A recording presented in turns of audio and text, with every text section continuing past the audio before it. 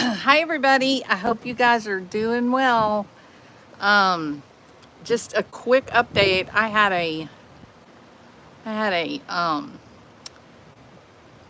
a great time at the show last night.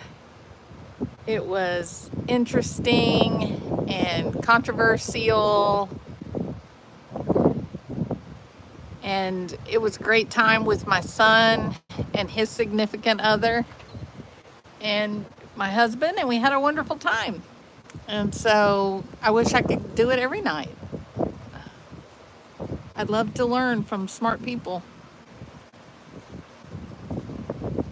It is dark and overcast today, very humid. It definitely feels like Texas Gulf Coast, which is kind of nice because it's taken a while for it to get here.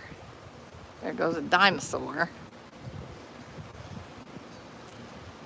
So I did manage. There goes a bird. I did manage to watch a bit. I did manage to watch a bit of Melanie Gibb, her testimony today. That girl is a trip. And I don't know about y'all, but I have a very hard time believing her story. And I think Kresha has a hard time believing her story.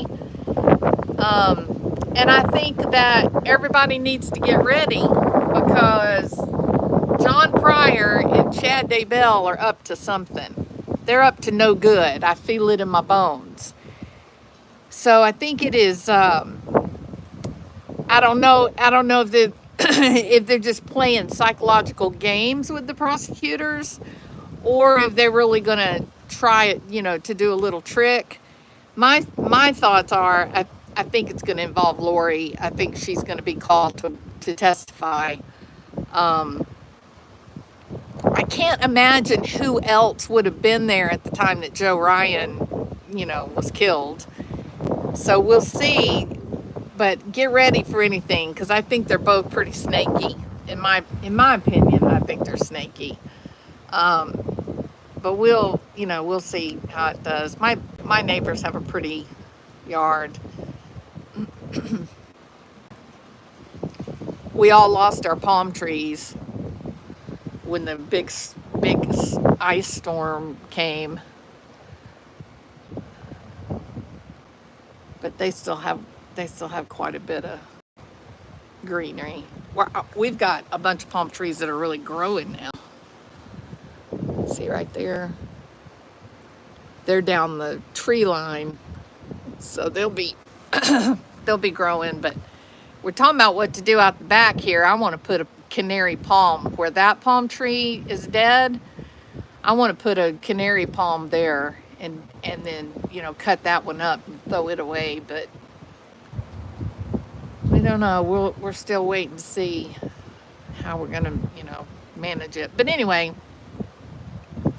I have not been watching Karen Reed. I told myself I was going to.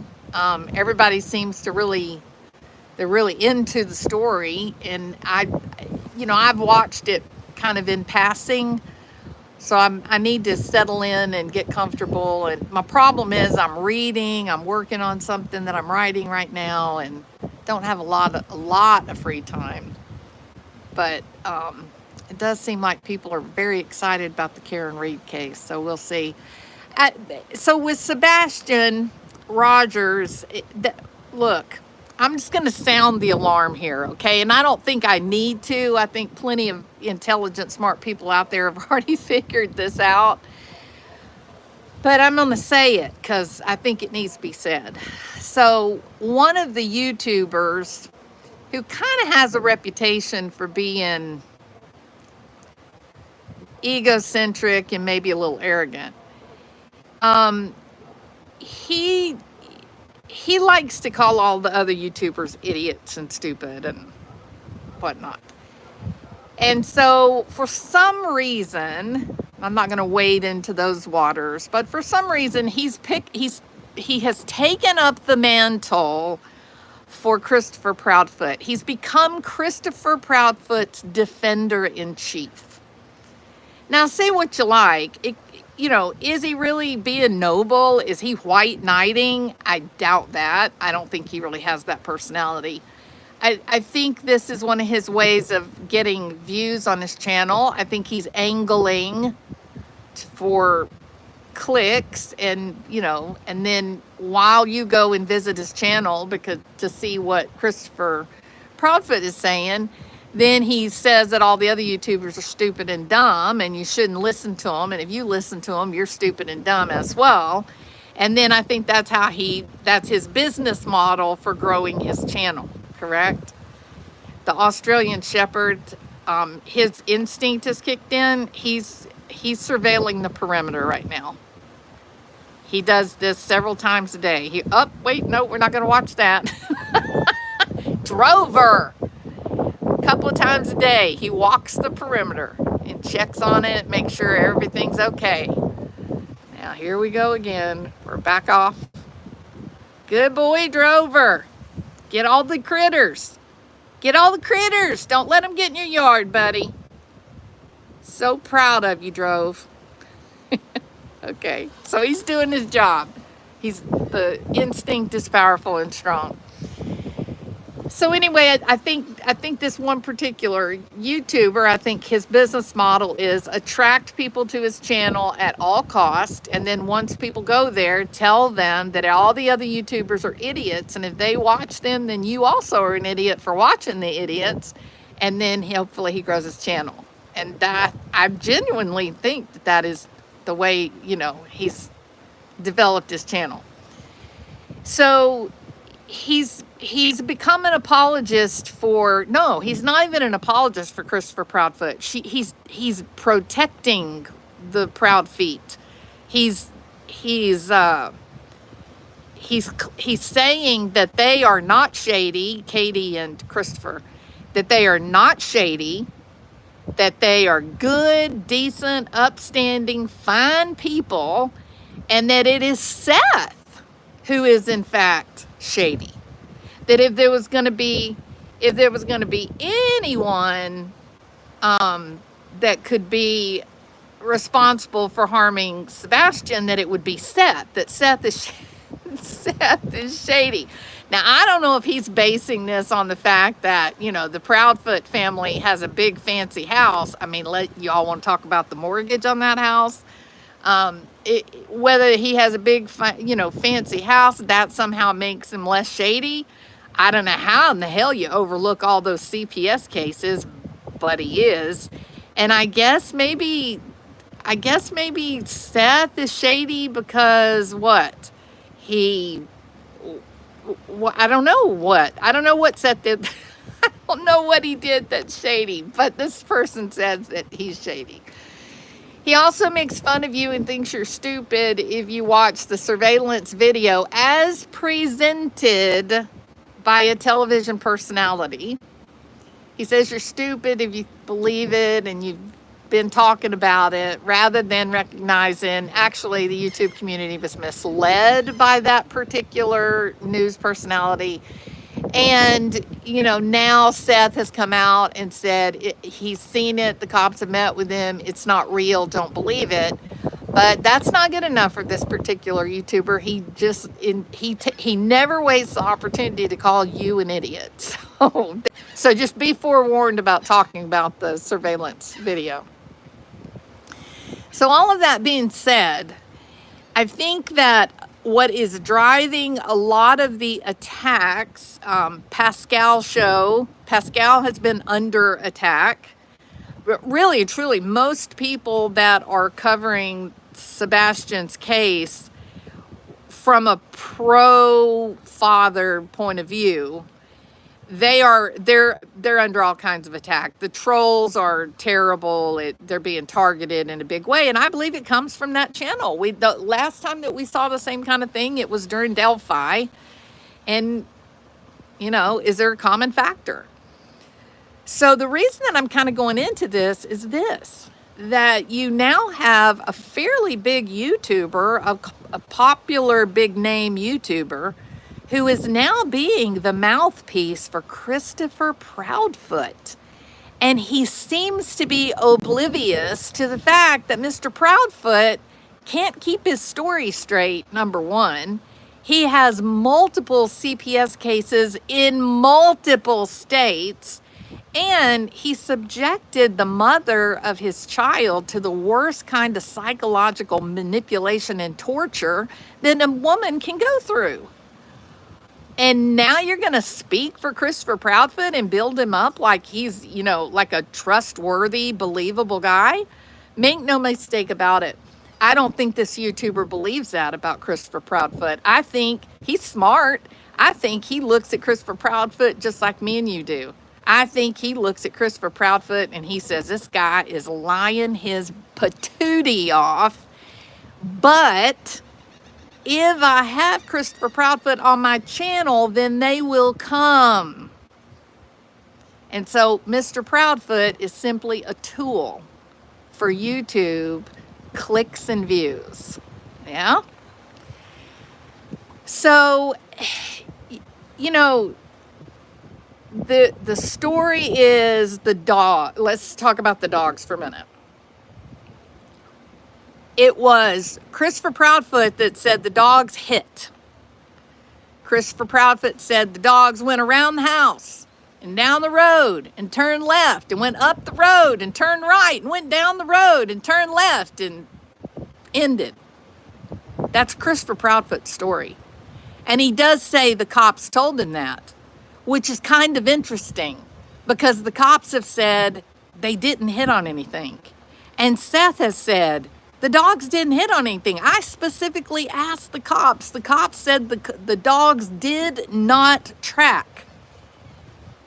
So when this particular YouTuber says and shows these very elegant and beautiful charts showing the map where the dog hit and traveled around the house and down the road and up the road and left and right and where it came to pass, the cops deny it.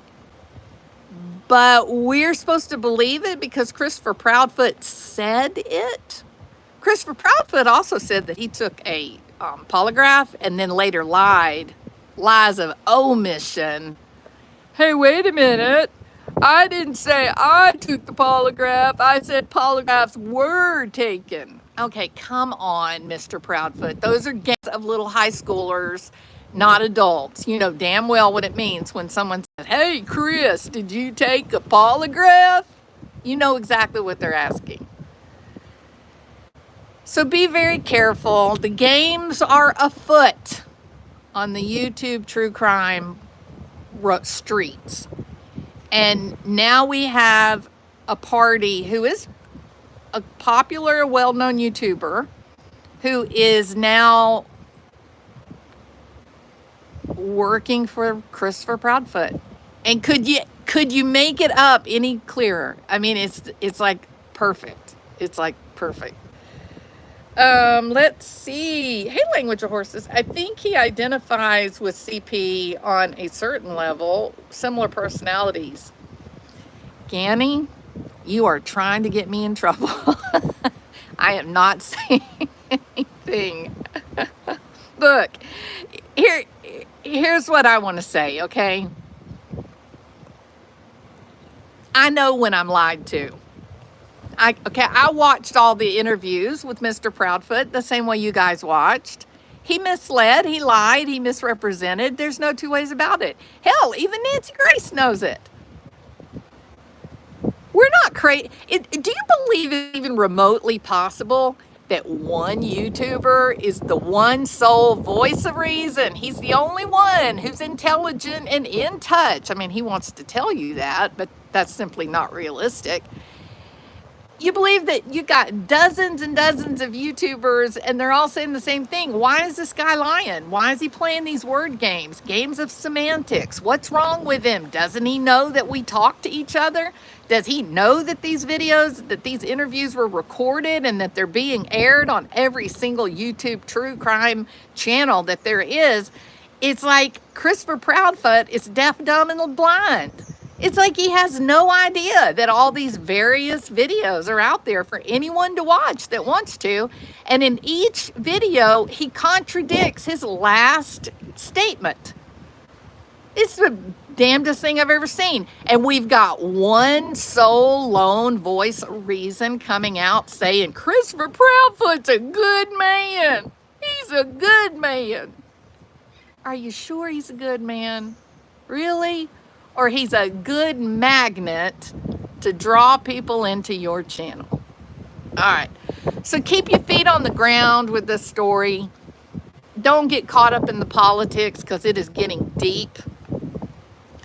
The stories that are being repeated on that channel are Christopher Proudfoot's account. They are not, and I repeat, they are not the stories of the law enforcement agencies that are involved.